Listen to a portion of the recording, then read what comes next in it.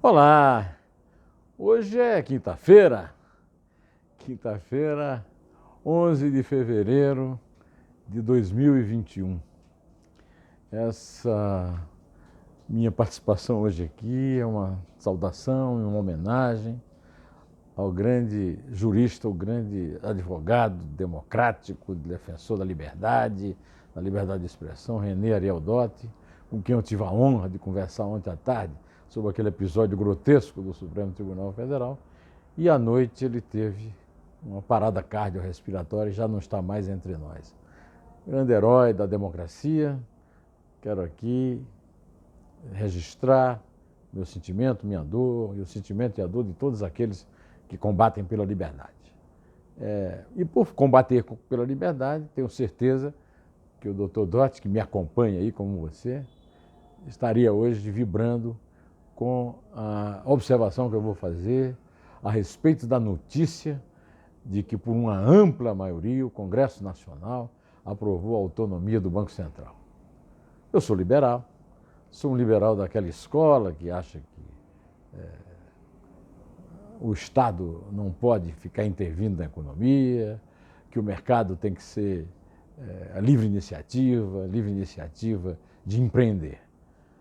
Mas é muito suspeito esse projeto ser aprovado neste momento. Por quê?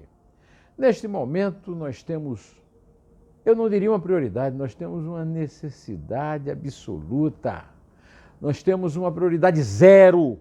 Tudo agora tem que parar para que nós atendamos a essa prioridade. Essa prioridade é restaurar o auxílio emergencial para as famílias pobres do Brasil que não têm condições de sobreviver por causa da pandemia, mas também por causa do desafio estrutural da desorganização social, que é essa porcaria desse país.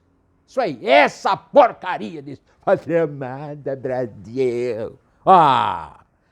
Os pobres estão morrendo de fome e os deputados e senadores estão tratando da autonomia do Banco Central. É uma luta de 30 anos. A quem interessa a autonomia do Banco Central? A corporação do Banco Central, é claro.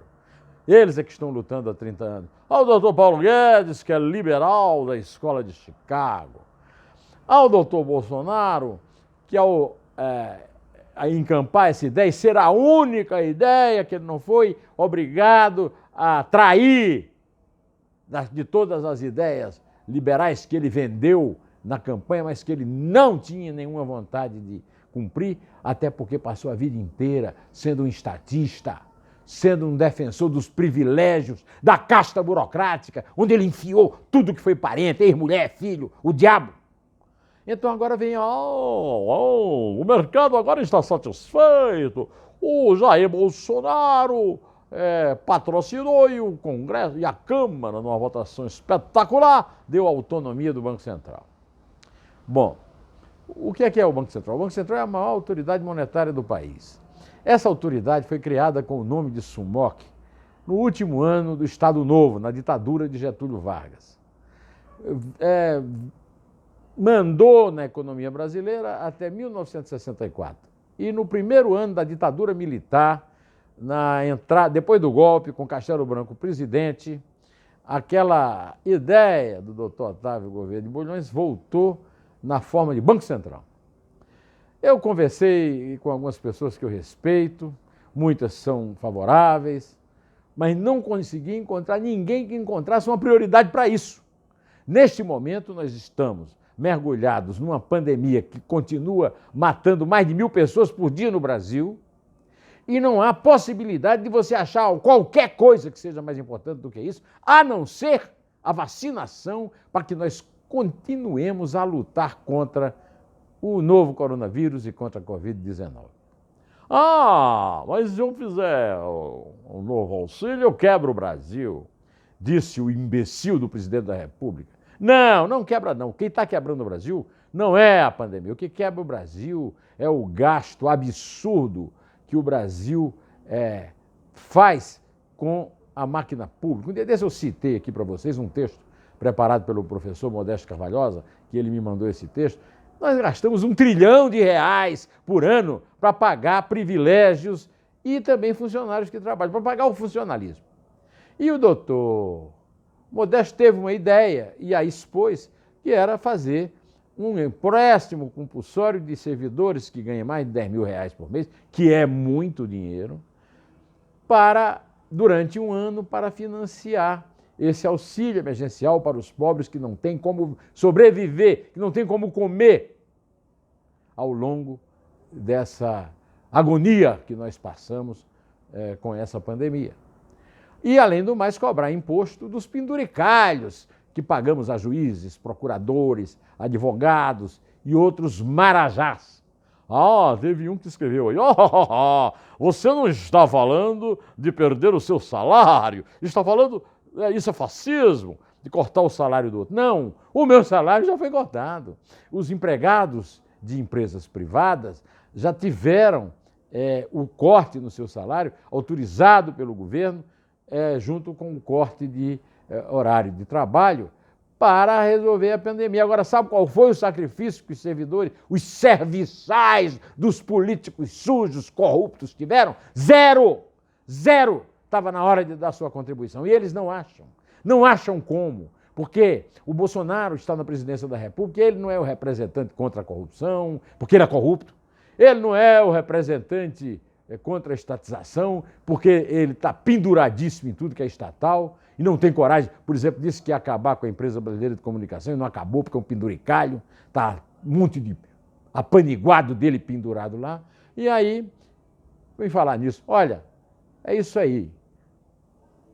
Tem que dar a sua participação. Mas não, eles estão perdendo tempo, porque tem muita gente morrendo de fome. Ele não falou o negócio de morrer. Não, pior do que morrer de fome é morrer de Covid. Não é pior. Pior é morrer. Agora, morrer de fome ou de Covid, porque está exposto mais do que as pessoas que podem ficar em casa e que podem evitar o contágio, né? Pois é. Isso é para isso que serve a ajuda, né?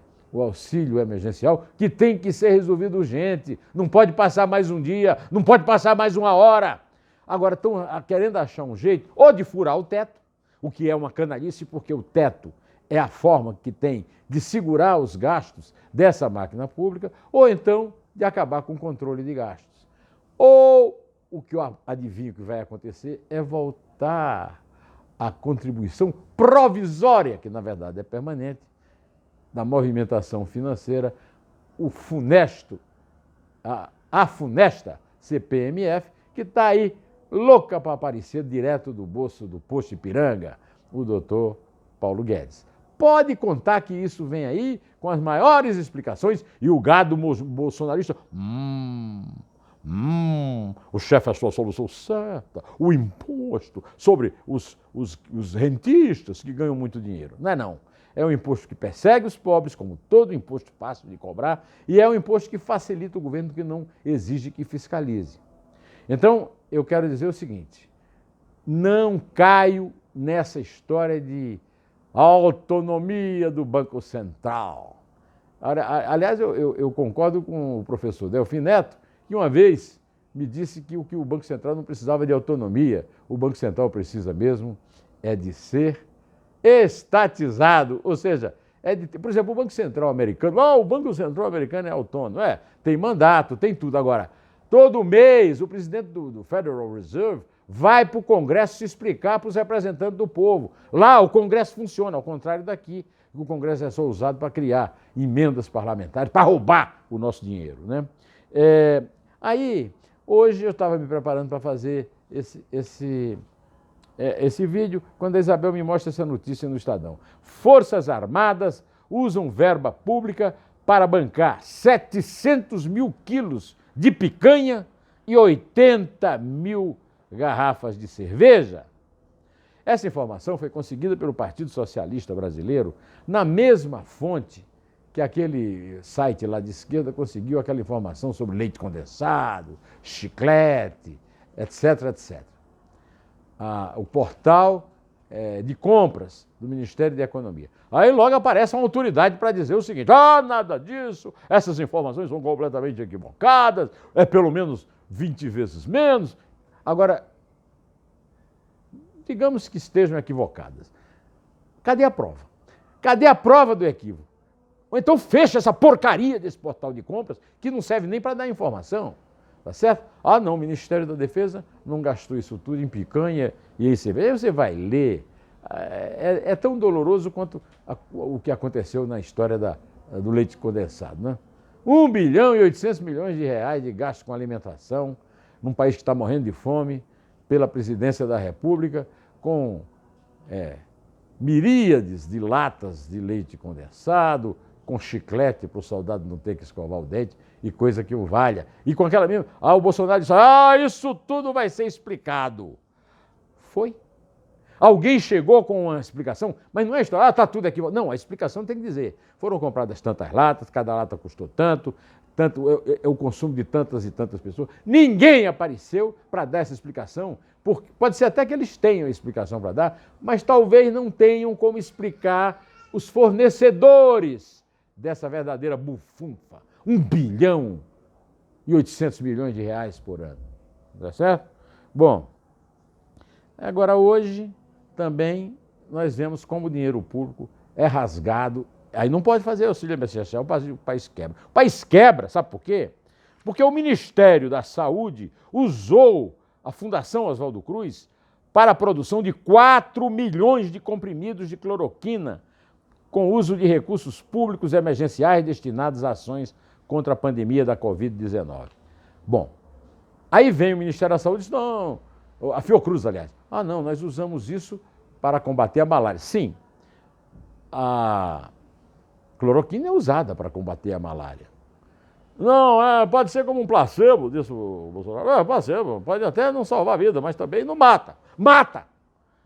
Quando ele anunciou a primeira propaganda da cloroquina do interesse de laboratórios ligados ao Donald Trump, que é o líder dele, Deus sabe que tipo de comissão foi pago por isso, ele disse, eu escrevi, aliás, eu li aqui o que o Edilson Martins, que já teve 27 surtos de malária como consumidor da cloroquina, já me explicou. Um monte de efeito colateral, mata feto, quer dizer, grávida não pode tomar, mata cardíaco não pode tomar. Eu não posso tomar, eu tenho um estento, não posso tomar. Mesmo que eu quisesse, mesmo que eu fosse bolsonarista fanático. Derrete o fígado, o sujeito fica sem fígado. E nós estamos gastando dinheiro nosso, que podia estar sendo usado no auxílio emergencial, para divulgar essa mesinha que não tem nenhum efeito sobre a Covid. Aí diz assim, não, foi usado para a malária. Sim, mas foi usada para a malária com verba para a Covid. Quer dizer, a malária não tem as próprias verbas. O remédio para a malária é pago por despesas que são feitas em nome da Covid. Então, por aí a gente já vê quais são as mumunhas que existem atrás dessas despesas especiais.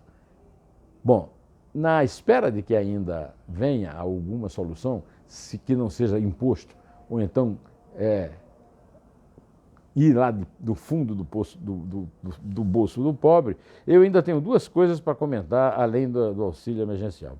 Primeiro que o DEM, apelido do PFL, sempre foi um partido de direita. Estava pendurado na sombra do muro dos tucanos. O muro dos tucanos desmoronou, eles não têm mais onde ficar, vão correr para debaixo do paraquedista Jair Messias. É claro. Mas somente um tonto vai atrás dessa conversa mole. Não é de direita. Não, o DEM é de direita, como o PFL é de direita, sim. E agora está se preparando para embarcar no bolsonarismo, até quando o bolsonarismo derreter, se não resolver de vez esse negócio do auxílio emergencial. E vamos partir da direita para a esquerda para dizer que eu li logo cedo que o Lula disse, eu vou para a rua. Vai para a rua, Lula. Estou te esperando aqui na minha rua. Mas não é ir para reuniãozinha de conchavo, de petista, de esquerdista, escondido em sindicato, não. Ir para a rua, ouvir o cidadão, pegar avião de carreira em vez de ficar pegando jato oficial ou de amiguinhos que pagaram propina para a quebra da Petrobras pelos governos do PT. Vai para a rua, Lula. Vê o que está acontecendo na rua. Vê o resultado da roubalheira que vocês produziram no Estado brasileiro, provocando rombo, que agora não pode pagar o auxílio emergencial, também pelo rombo disso. E agora estão tentando punir, associados com o bolsonarismo, o juiz Sérgio Moro, Todo esse movimento aí para punir o Sérgio Moro é para evitar que ele se candidate, sabe por quê? Porque não há pesquisa que não diga que ele ganhe do Bolsonaro no segundo turno. Todas as pesquisas mostram que ele ganha do Bolsonaro. E todas as pesquisas mostram que o Bolsonaro ganha, sabe de quem? Do Lula. Por isso que ele está ajudando o Lula como está. Por isso que ele está no Supremo fazendo o seu lacaio, Cássio Nunes Marques, votar junto com o Dias Toffoli e o Ricardo Lewandowski, e principalmente o Gilmar Mendes, que foi colocado lá para soltar Tucano e passou a atacar a Lava Jato, desde que a Lava Jato também pegou Tucano. Mas eu estou aqui sentado, esperando a solução para o caso do auxílio emergencial. O auxílio emergencial mata a fome do pobre e faz a economia se movimentar. Hoje eu conversei com um querido amigo meu, que é um grande empresário, e ele disse isso para mim. A economia está toda pronta para funcionar, mas não tem o dinheiro do consumidor. O consumidor não está comprando. Por quê? Porque não tem dinheiro. Tem produto, estocado até, mas não tem o dinheiro do consumidor. Isso aí vai voltar a movimentar na hora que houver o auxílio emergencial. Mas não é preciso furar o teto, nem acabar com o controle de gasto, nem derrubar a lei da probidade administrativa, tá? Bom, eu vou ficando por aqui, direto ao assunto. Em té, e só a verdade nos salvará.